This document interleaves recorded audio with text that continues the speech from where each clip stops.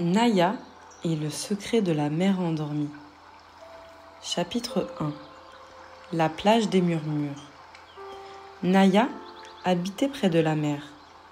Chaque soir, avant d'aller se coucher, elle ouvrait sa fenêtre pour écouter les murmures des vagues. Elle adorait imaginer que les poissons lui racontaient des histoires pendant la nuit.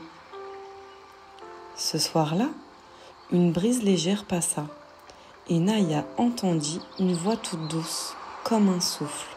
« Naya, la mer a besoin de toi. » Elle se glissa dans son lit et ferma les yeux, et tout devint bleu et doux.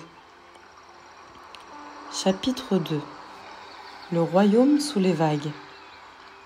Quand elle rouvrit les yeux, elle était sous l'eau, mais elle respirait comme si elle était dans son lit. Autour d'elle, des coraux aux 1000 couleurs, des poissons brillants et un hippocampe qui portait une montre.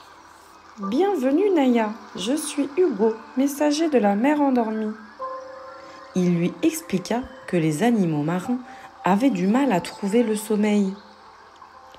Les étoiles de mer tournaient en rond, les pieuvres rêvaient trop fort, et même les baleines chantaient des chansons agitées. « Il faut retrouver la perle de calme, Naya. Toi seul peux la réveiller. » Chapitre 3. La caverne des bulles. Hugo la guida jusqu'à une grotte douce, tapissée d'algues qui dansaient lentement. Des bulles s'élevaient dans le silence, et, au fond, sur un coussin d'eau claire, brillait une perle endormie. Mais une pieuvre timide bloquait le passage. « Personne ne m'a jamais parlé doucement, » murmura-t-elle, toute tremblante. Naya s'approcha sans peur et lui tendit la main. « Tu n'as rien à craindre, je suis venue t'aider. » La pieuvre cligna des yeux, relâcha doucement ses tentacules et s'écarta.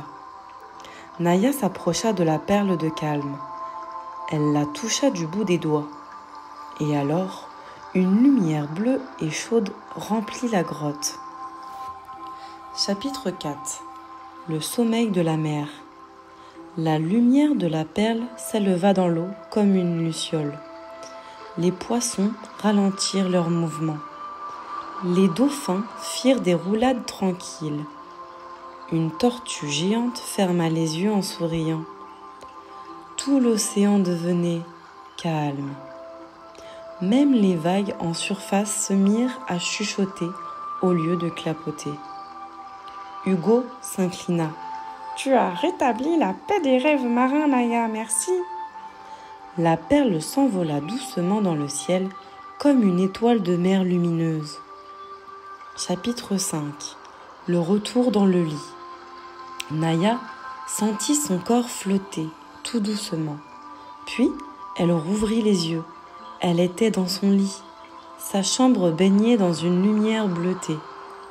Et un petit coquillage scintillait sur son oreiller. Elle le serra contre son cœur. La mer était calme là-bas, tout comme son cœur maintenant.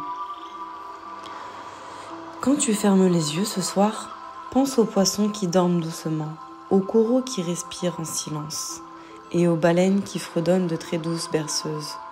L'océan, comme toi, a trouvé le sommeil. Bonne nuit, petit explorateur des rêves marins.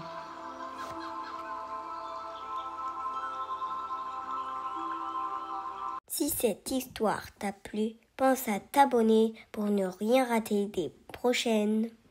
Chaque soir, une nouvelle histoire t'attend dans le royaume des rêves.